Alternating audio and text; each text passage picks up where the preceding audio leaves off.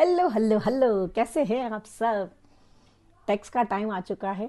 सबको डर लग रहा है कि मेरी सैलरी में से कितना टैक्स कट जाएगा। बचत करनी है उस टैक्स की। आओ चलो बताते हैं। पहले तो ये बताइए कि आपको ये मालूम है कि आपको न्यू टैक्स रेजिम चूज करनी चाहिए या ओल्ड टैक्स रेजिम चूज करनी। कंफ्यूज हो अभी भी? तो चलो बात करते हैं। न्यू टैक्स रेजिम आप तब चूज करिए अगर आपके पास कोई आपको सैलरी में सेविंग नहीं करनी है, आपकी सैलरी कम है, या आपके पास कोई होम लोन नहीं है, तो आप न्यू टैक्स रेजिम बिंदास चूज करिए।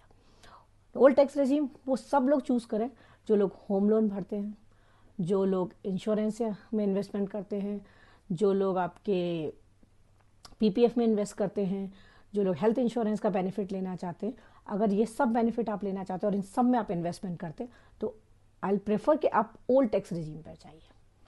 ओल्ड टैक्स रेजिम के आपको सबसे पहले सिंपल आपको स्लैब्स बताते हो कि क्या क्या स्लैब्स होते हैं। ओल्ड टैक्स रेजिम का सब स्लैब है, एक है अगर आपकी सैलरी 2.5 तक है, 2.5 लाख तक है अगर आपकी सैलरी पर एनम, तो आप पे जीरो टैक्स लाइबिलिटीज बनती है। 2.5 से अगर 5 लाख है तो आप पे 5% की लाइबिलिटी बनती है। 5 लाख से 10 लाख तक का तो 20% की लाइबिलिटीज बनती है। 10 लाख से अगर ऊपर जा रहे हैं तो आप पे 30% की टैक्स लाइबिलिटीज बनती है। जैसे अगर मैं एक आपको एग्जांपल देती हूँ, 2.5 आपकी सैलरी मान लो 7 लाख है, तो पहला जो आपका 2.5 लाख उसमें से गए उस पर कोई टैक्स नहीं लगेगा। 2.5 से 5 लाख तक में आपको 5% का टैक्स, ये टैक्स कैलकुलेशन होगी। 5 लाख से 7 लाख तक में 20% की कैलकुलेशन होगी। ऐसे अकॉर्डिंग होगी। लेकिन रुकिए यहाँ पर अगर अब यहाँ पर आप सेविंग करते हैं तो उससे आपका टैक्स कम हो जाएगा। किस किस सेक्शंस के अंदर आप सेविंग कर सकते हैं? सबसे पहला हो गया एचआरए। जैसे होता है आपकी सैलरी स्लिप में आप देखोगे सबसे पहले आता है आपका हाउस रेंट अलाउंस, एचआरए। आपका जो एचआरए आपका डिडक्शन होता है एज पर मेट्रो और नॉन मेट्रो सिटी, आप उसका बेनिफिट लीजिए। अब आता है सबसे जो बड़ा सेक्शन है जहां पर सबसे ज़्यादा सेविंग होती है, वो होता है 80C, सेक्शन 8080C। इसके अंडर क्या क्या था? पीपीएफ, हम सब जानते हैं पीपीएफ है पब्लिक प्रोविडेंट फंड। आप इसमें सेविंग कर सकते हैं। दूसरा आता है सुकन्या समृद्धि योजना। जिन लोगों के, जिन पेरेंट्स के भी गर्ल चाइल्ड है और उसमें अगर वो 1 लाख तक का या जो भी अमाउंट आप सेव करते हैं उसका बेनिफिट आप टैक्स में उठा सकते हैं। 5 साल तक की अगर कोई आप एफडी करते हैं तो भी आपको टैक्स का बेनिफिट मिलता है।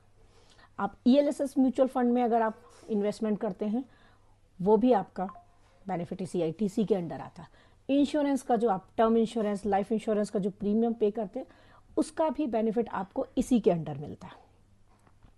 नेक्स्ट आता है 80C, 80D। 80D का मतलब है हेल्थ इंश्योरेंस। अगर आप हेल्थ इंश्योरेंस में जो प्रीमियम भरते हो उन पे बेनिफिट मिलता है। अपनी और अपनी फैमिली के लिए आप, आपके स्पाउस और 2 बच्चों तक का अगर आप देते हैं 25,000 तक के प्रीमियम पे आपको 80D के अंडर आप क्लेम ले सकते हो। अगर आप अपने पेरेंट्स के लिए करते हो जो 50,000 तक, उनके लिए आप ले सकते हो।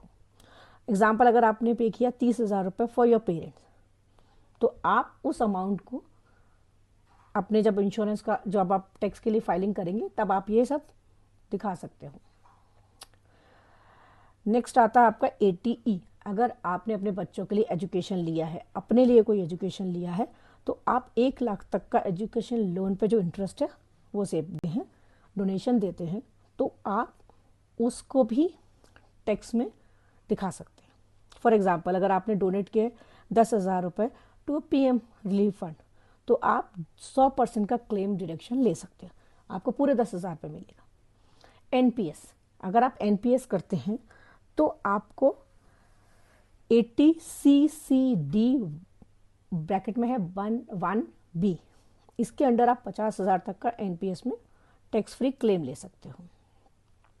ये आपका रिटायरमेंट फंड होता है, इसलिए ये आपको पेंशन के टाइम ही मिलेगा पैसा, 60 साल के बाद लॉक इन है इसका। आपका सेविंग अकाउंट है, उसके अंडर आप 80TTA के अंदर आप 10,000 रुपये पर ईयर तक का इंटरेस्ट पे बेनिफिट ले सकते हो। अब सैलरी में स्लिप जब आपको मिलती है, वहाँ आपको एक ऑप्शन दिखता है LTA, लीव ट्रैवल अलाउंसेस। ये डोमेस्टिक के लिए होता है, आपको वर्क से वेकेशन के लिए मिलता है। इसका भी होता है, अगर आप वेकेशन पे गए हो और आपने 30,000 रुपये का फैमिली ट्रिप पे विद इन इंडिया किया है, तो आप क्लेम कर सकते हो। तो ये कुछ ऑप्शंस हैं जिनके थ्रू आप ओल्ड टैक्स रिजीव में बेनिफिट ले सकते हो और अपना ज़्यादा से ज़्यादा टैक्स बचा सकते हो। अगर आपको इससे रिलेटेड कोई भी जानकारी चाहिए तो आप नीचे कमेंट में लिखिए टैक्स, एंड आपको मैं रिवर्ट बैक करती हूँ। Thank you so much, bye.